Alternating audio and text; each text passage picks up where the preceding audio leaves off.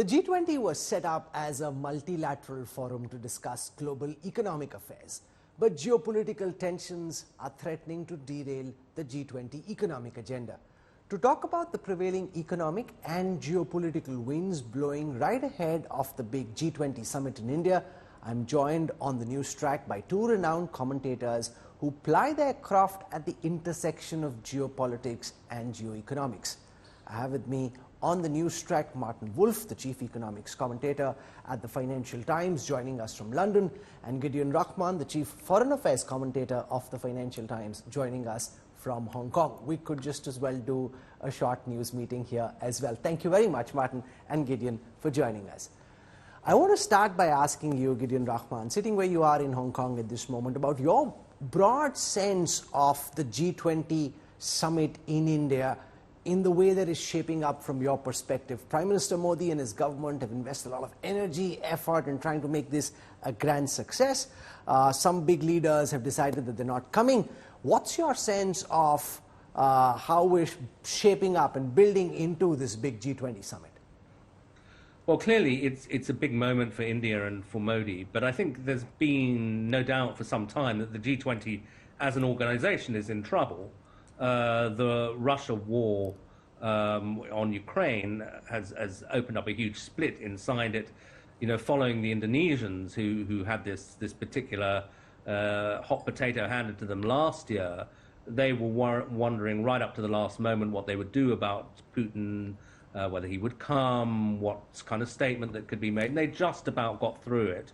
And so, although I think it's both an opportunity but also an enormous challenge for India, because these divisions are opening up between the G20 nations. We're going back to something that looks more like a Cold War, not just the adversarial relationship between the West and Russia, but also an increasingly adversarial relationship between the US and China. And now this decision by Xi Jinping not to come to Delhi. And obviously he's a big miss. They're one of the two, if you like, superpowers of the current system. So the chances of getting a kind of global consensus on the kinds of issues that the G20 is meant to deal with, the economic issues, climate, debt restructuring, all that kind of thing, I think do recede a little bit. Although, of course, Xi is sending his prime minister, so it may be that China will still play ball to some extent. Martin Wolf, in the aftermath of the financial crisis in 2008, the G20 emerged as the premier global platform for decision-making, as it included not just the G7 countries, but also the voice of the global south. In the tensions that are emerging now, do you think the G20 is becoming less relevant in the future, or do you think this is just a temporary blip from which the G20 might recover? Well, first of all, I agree with everything Gideon said, so I won't go over that, about where we are now. I think the contrast you point to between where we were in late 2008 and early 2009, when there were two summits in short order, and which really shaped the global response to the financial crisis and put the G20 at the head of government level on the map. This was a sort of transformative, positive moment for those of us who hoped for a move to greater global governance. And the G20 was remarkably successful, notably with the London meeting in early 2009, April, if I remember correctly. And what we've seen since then is the G20's development reflects the development in geopolitics and geoeconomics, and most notably so, I would say, since the election of Donald Trump, the decisive shift to the United States, the clear move of Xi Jinping's China in a more inward-looking and even more authoritarian direction, the Ukraine, the impact of COVID, which was dramatic, of course, on the world economy and world politics, and finally the war. And the result is now that the G20, in the context of its history, is obviously sort of a shell.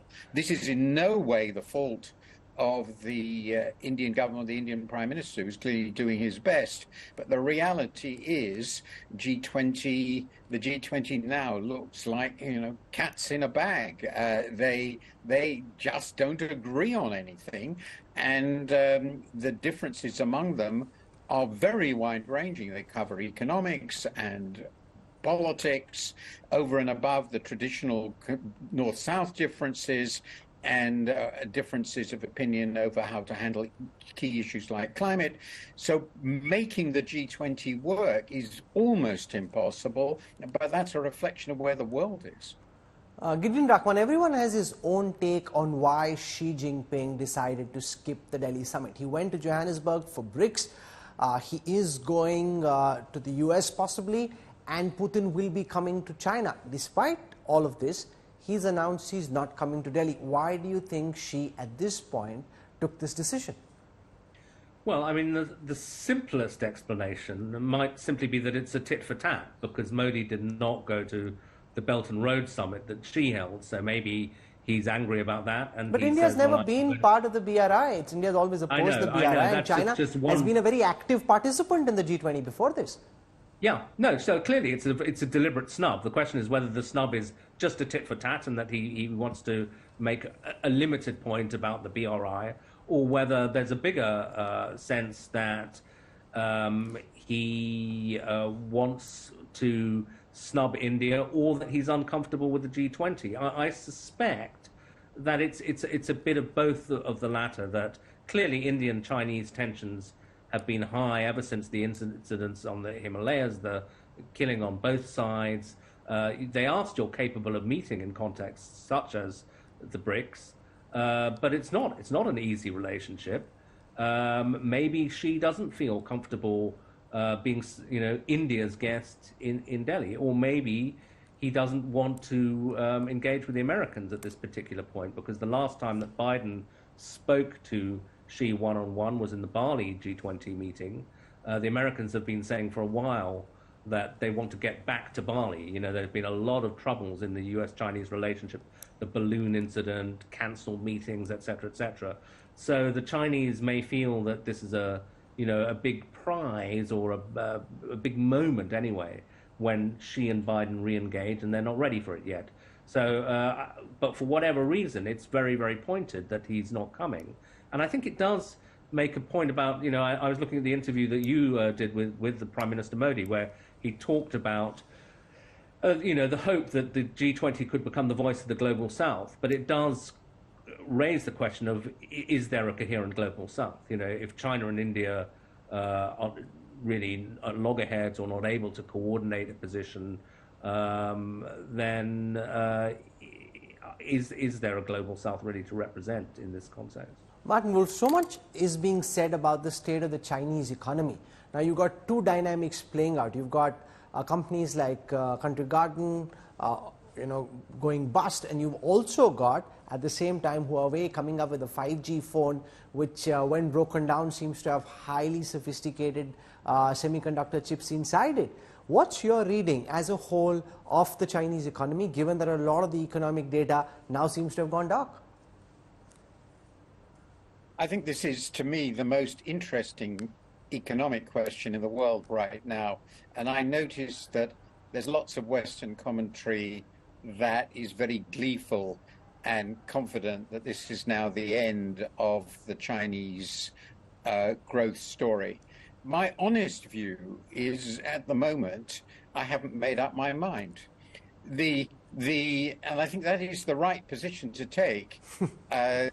Let me just set out the arguments. There's a perfectly straightforward short-term argument, which is that which has two elements to it: that the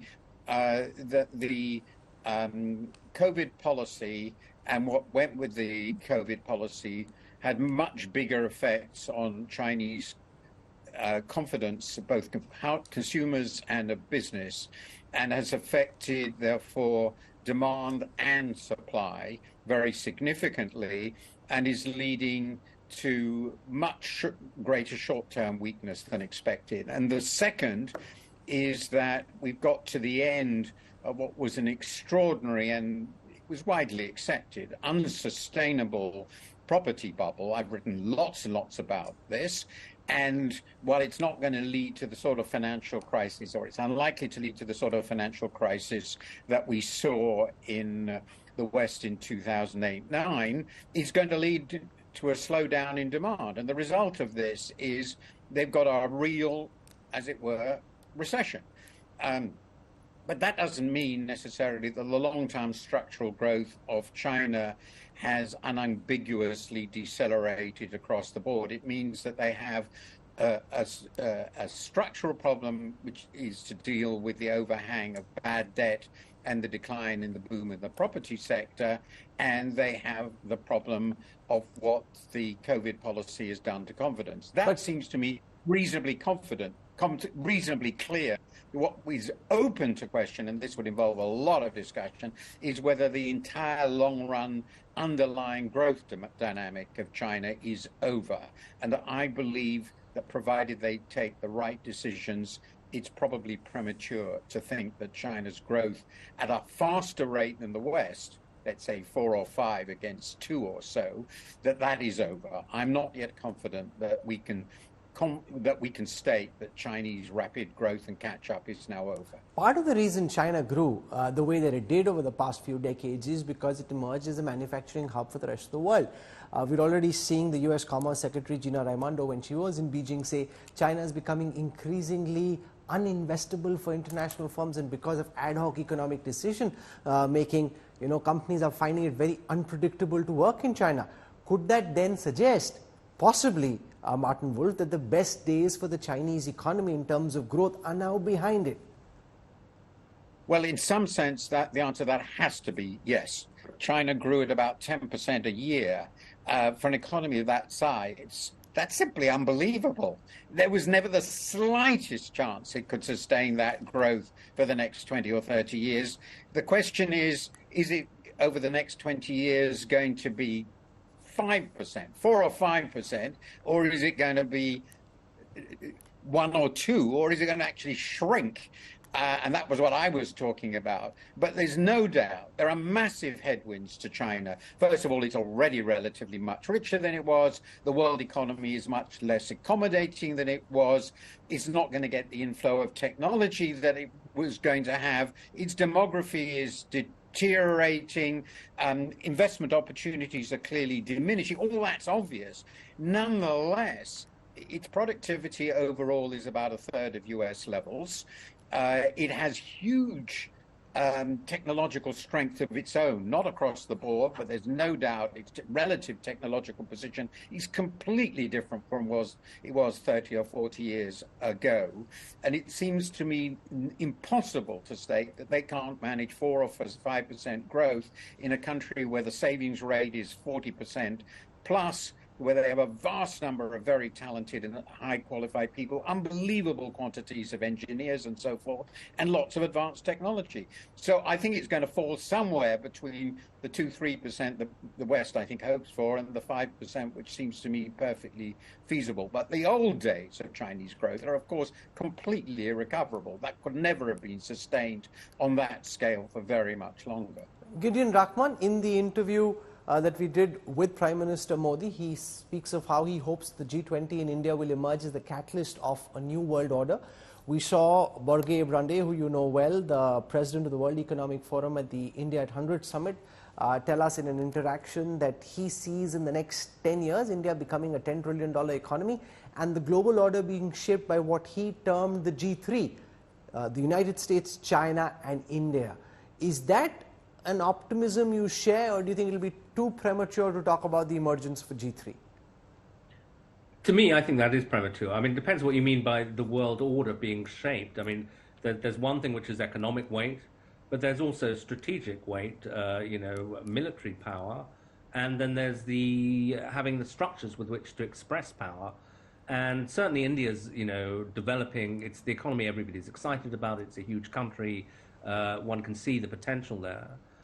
But in terms of military power, the US is unrivaled, both in terms of its global reach and its alliance system, which really China has nothing comparable to it. But China has poured money into its military. By some measures, it has the largest navy in the world, and it's going through a very rapid nuclear arms build-up and so on. So I think that it's a military player or a potential military player in a way that India isn't and perhaps doesn't want to be. In a way, hats off to the India if they don't have massive military ambitions. But I do think that hard power aspect is significant to being a shaper of the global order. You need both. I mean, Russia, its economy was never large enough to support its superpower ambitions, and we discover actually its military wasn't as good as they claimed. But China and the US are the two countries I think that have both the military wherewithal and the economic size. And also I'm interested that Borge Brenda should say that, because he does rather forget Europe, which is growing slowly, but by some measures the EU single market, certainly the EU single market plus the UK, is a larger market than any other in the world, and remains has plenty of technologically advanced companies, etc. Plus, if you agglomerate European military power, it's also not insignificant. So I think that the Europeans, who incidentally also have 2 of the 5 seats, or 3 of the 5 seats, if you count the Russians as Europeans, on the UN Security Council for historic reasons, also shouldn't be counted out of the picture. Yeah, and that's also where the WEF is based. So yes, it is interesting that sitting in Switzerland, he's saying this, but he also said this at the India at 100 Summit. Martin, so much is being spoken of in India about India potentially becoming the 3rd largest economy in the world by 2027. Now, whether it's 2027 or 28 or maybe 2030, that is still contested. But the idea that India will be the 3rd largest economy in the world seems in some senses inevitable. Now, the question is, and I'm interested in your perspective on this, is it a matter of just arithmetic inevitability as the Indian opposition claims, or do you think it also has to do at this moment from a global outlook to do with the kind of political stability that exists in India, current policies, which the government claims is what has propelled India from number 10 years ago to being the 3rd largest economy in a few years from now? So fascinating. First of all, I would just repeat what Gideon said. I consider Europe to be an integrated economy, and it is and will remain bigger than India. But if we consider countries formally defined, that is a perfectly plausible ambition. My expectation is that India's economy should be able to grow in real terms at about 6% a year or so over the next several years. And that ought to be the fastest growth of any really large economy. And it will therefore continue a relative rise. If you're asking, is this due to the present government or further back, I consider the turning point for the Indian economy to be the early 90s, and the trend has continued since then, and the growth has been slower since the financial crisis than before it, and that's been true over both administrations. So I think it's a quality of India itself. And finally, of course, I would stress that in achieving economically, of course, India has a very large number of challenges. Its industrial sector remains relatively weak. Its export sector has never rivaled what the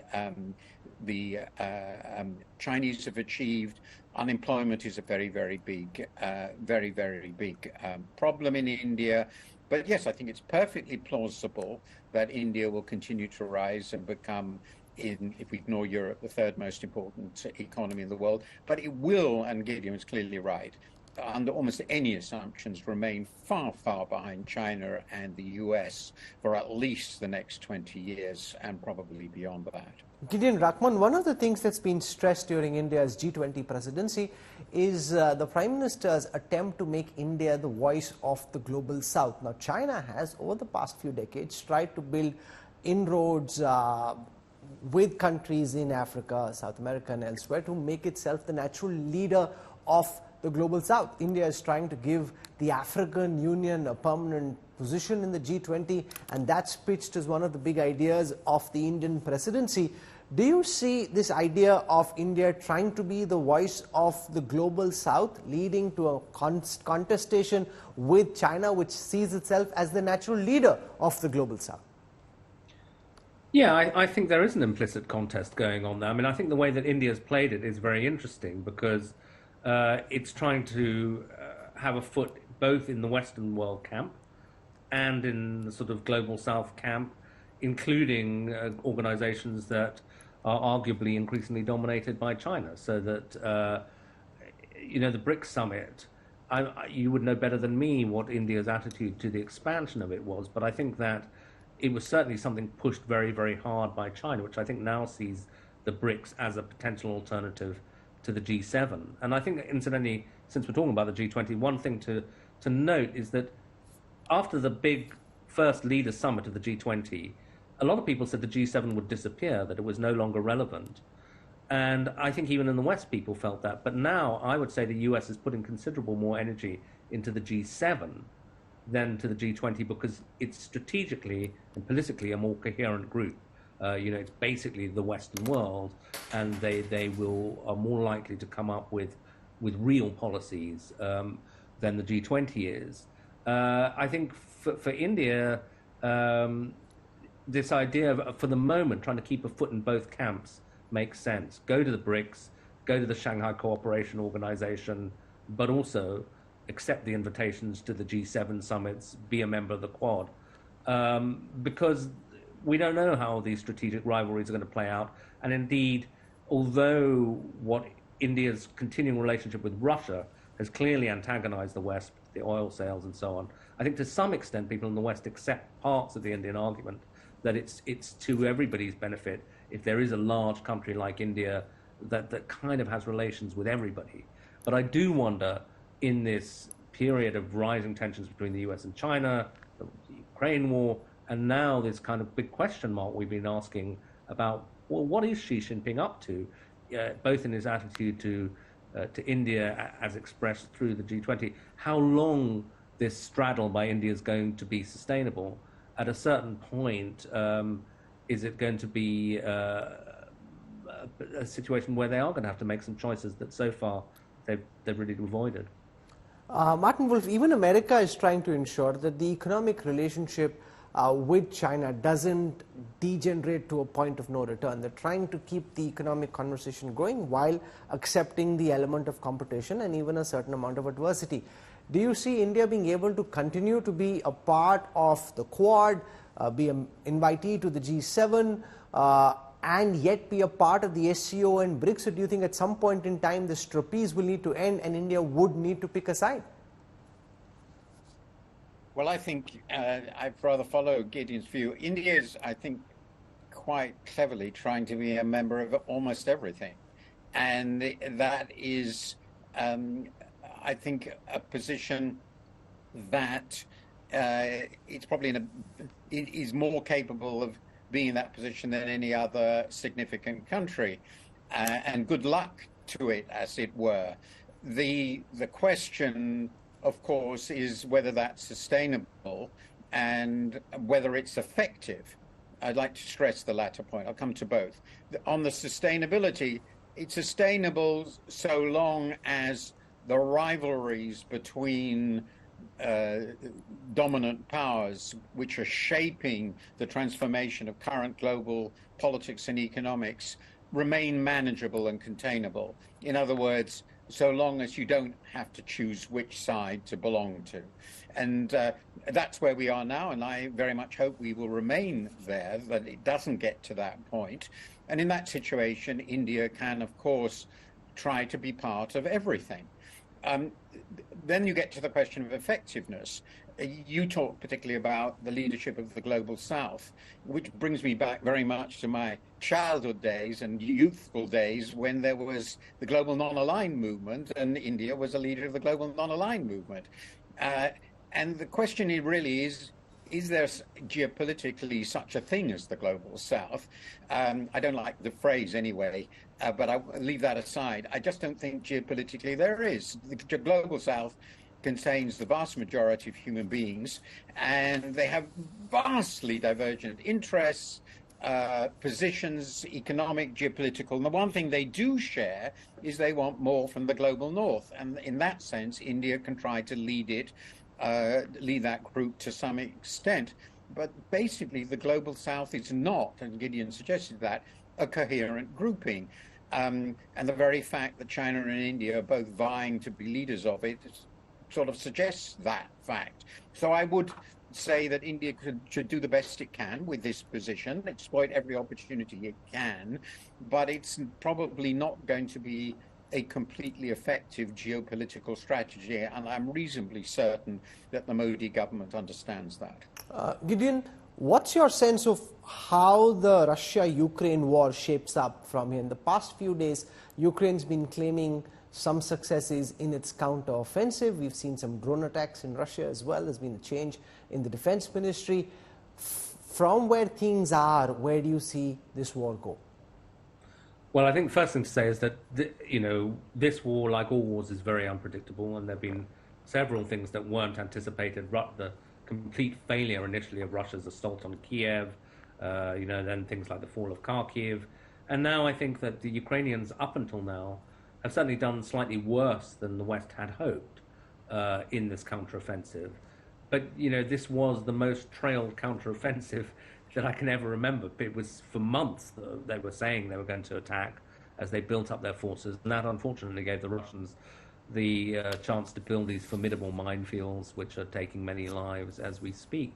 It does sound like the Ukrainians have made a small breakthrough, but the conventional wisdom, I think, is that unless there's another surprise, then that's not going to turn into a sort of sudden Russian collapse, which allows the Ukrainians to get to the Sea of Azov, which is their goal, very quickly. So I think people are now looking ahead to another year of fighting, and the question is, which side has the greater endurance? I mean, I think my concern is that Russians have greater resources in terms of manpower, the state of their economy. It's not great, but unlike the Ukrainians, they're not completely reliant on budgetary support from outside. And of course, the Ukrainians have this question mark over what happens in the American election. Is there this sort of sword of Damocles of the Donald Trump victory that might lead to a cutoff in Western aid? But it's not all negative. I mean, the West has been slow, actually, in making its mind up about giving Ukraine things. So they're still getting stuff that's been promised. The advanced fighter planes are not yet deployed, and they will be in the next fighting season, and that could make a real difference. I think that we'll probably get to a position where Ukraine will have more artillery shells and so on, and they are determined to keep fighting as far as one can tell. So I'm afraid it looks like another year of bloodshed ahead. Martin, the Russian economy so far has held together better than most analysts expected when the sanctions were imposed. Is that the way you think it will stay, that they've been able to find ways around the sanctions and keep the economy going, even if it's not firing on all cylinders, but it's not coming apart in the way one may have imagined? Well, actually, I'm not surprised by this. I wrote a column rather soon after the war fought in which I discussed the history of sanctions. And I pointed out that, in general, the history of sanctions is a history of disappointment. It's very, very difficult to break an economy by sanctions, and that's true of much weaker ones. Iraq under Saddam is one of many, many examples. Since Russia has huge natural resources, which it can continue to sell, it can earn money, either through bilateral payment systems or even in hard currency, and it can buy stuff. The people who believe the sanctions are working argue, and I can't comment on this, I just don't have the expertise, Gideon may, that they are preventing them from getting high quality materials needed for munitions. The sort of technology that they need to import in order to sustain a high-quality armed forces are very significantly constrained. but the fact that the Russian economy can continue to produce stuff, that it can continue to sell stuff abroad, for instance, to India, for example, and as a result can continue to import the stuff it needs to survive, along with the fact that obviously it's a huge economy with huge resources, that therefore that it can survive sanctions seems to me completely unsurprising. It's one of the non-surprises, and this war will not be settled by the direct effect on the economy of the sanctions, though it might be affected by its impact on the quality of the Russian armed forces. My own worry throughout has been this would end as a very prolonged stalemate, and at the moment, at least to me, that looks like what's happening. Last question, Gideon Rahman, about the US elections and what do you actually see happen? No one knows for sure, but given everything that you're seeing, reading, the dots that you're joining, where do you think we may end up? Look, I mean, every American election seems extraordinary, but this one is more extraordinary than any I can remember. I mean, not least because of the strong possibility that Trump will be convicted of some of the charges facing him, particularly the federal charges relating to January the 6th, during the course of the campaign. So you have the possibility that one of the candidates will win the Republican nomination and then be sent to prison and be campaigning from prison. I mean, it sounds like a sort of a mini-series that would be rejected for improbability, but that is actually possible. But I mean, I think that the thing that would concern, certainly me and the Biden White House is that despite all of this, not only has Trump got pretty much a lock on the Republican nomination, but he's neck and neck with Biden. And given the American Electoral College system and its inbuilt bias towards the Republicans, I think it's entirely conceivable that Donald Trump will win the presidency, this time next year. And Martin Wolf, if that were to happen, if you were looking into your economic crystal ball, what do you think that means for the global economy, Trump as president again? Well, I'll just make two comments. First, I agree with Gideon. I think this reflects, in my view, a very profound breakdown of the US constitutional and political order, which is, to my mind, quite simply the most important thing happening in the world right now by several orders of magnitude. And third, if it happens, we're living in a different world. We're living in a different world in America. It won't be like the first Trump administration. It'll be very, very different. And I think it will reshape the global political and the economic order in entirely unpredictable ways. We could have a long discussion of what some of those will be, but to me, this is now emerging as one of the great historical moments. Okay, so we'll just have another conversation. We'll set that up closer to the US elections as this campaign shapes up and we have a clearer sense of who will be on the Republican ticket, whether that guy will be in jail or fighting from the streets, and that will indeed be a fascinating conversation. But for the time being, Martin Wolf from London, Gideon Rahman from Hong Kong for joining us on this roundtable. Thank you so much. Really appreciate your time. Thank you. Pleasure. Great pleasure.